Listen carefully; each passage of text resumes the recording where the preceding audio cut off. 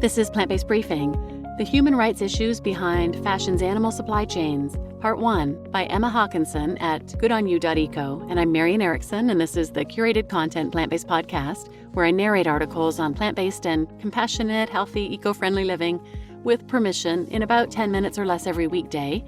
And today's article is longer than that, so it's a two-parter. I'm reading Part 1 today, and tomorrow will be Part 2. It's from GoodOnYou.eco, the world's leading source for fashion brand ratings.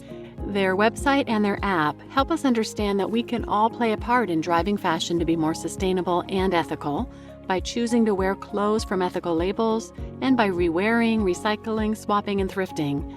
They're a group of campaigners, fashion professionals, scientists, writers, and developers who care for our planet, people, and animals and help drive the whole industry to be more sustainable and fair. So now let's get to today's plant-based briefing.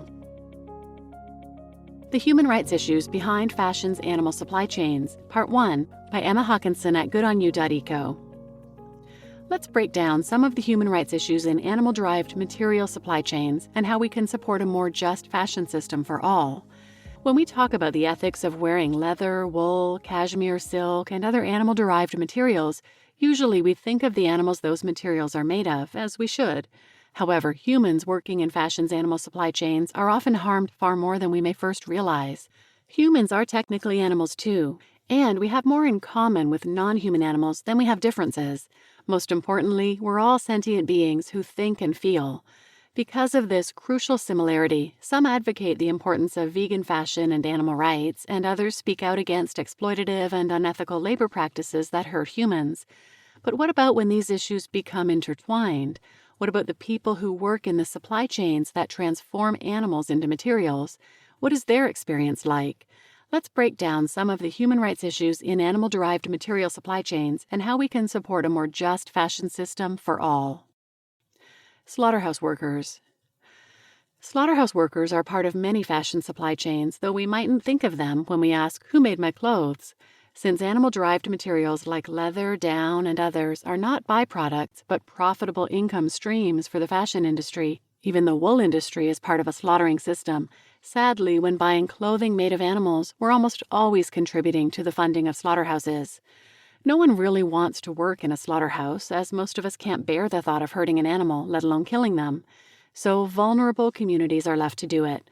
Across the United Kingdom, the United States, Australia, and many other places, a large portion of these workers are migrants, undocumented people, people of color, people with less access to education, and refugees. In Canada, refugees have even been offered express entry away from danger if they agree to work inside a slaughterhouse, as there is a lack of people willing to do the work. The leather in our shoes or bags is taken from dead cattle by these slaughterhouse workers, and there are many ways this impacts them both physically and mentally. The mental and physical tolls of the job. Working in a slaughterhouse is dangerous. Serious injuries are common, with the Health and Safety Executive labeling UK abattoirs as an industry at the top end of its concern level.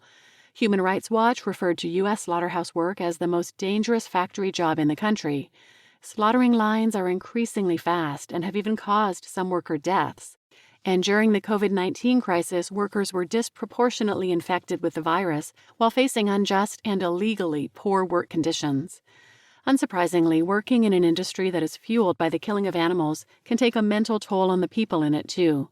Many slaughterhouse workers have suffered perpetration-induced stress disorder, considered by the Yale Global Health Review as the psychological consequences of the act of killing.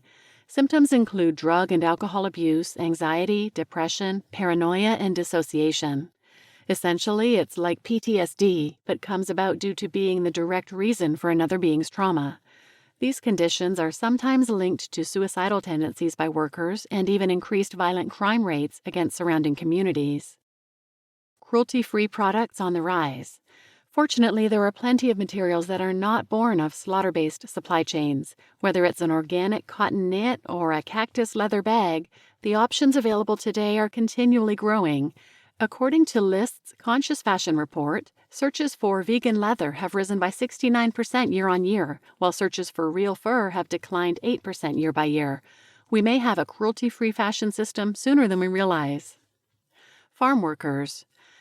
If we go farther back into the supply chains, behind animal-derived materials, we find living animals and the places they are kept and raised until they are killed. For ducks whose feathers end up in down jackets, these are usually factory farms where they do not have access to sunlight or water they can properly bathe in. For sheep and cattle in the wool, sheepskin, and leather industries, it's pasture and then often feedlots. So what's it like to be a human working in these places with these animals? The reality of farm life for people and animals. To answer this question, we have to understand some more of what goes on in farms that we aren't always aware of. Many animals face painful and brutal treatment, for example, tail docking or horn disbudding.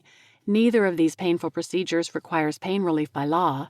Farm workers, not the people who own the farm and call the shots, perform these sad tasks.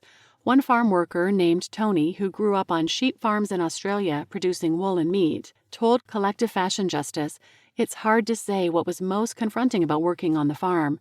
We are brought up with the death and abuse of animals. I did ask once about the lambs limping off after mulesing, where their skin is sliced off their backside. My heart broke," the farmers reply. "They're just stupid sheep." Another farmer, Jay Wild, who grew up in farming and took over his dad's cattle farm in the United Kingdom, said he had to steel himself to send the animals he had connected with to the slaughterhouse, and that you couldn't help thinking, do they know what's really in store for them?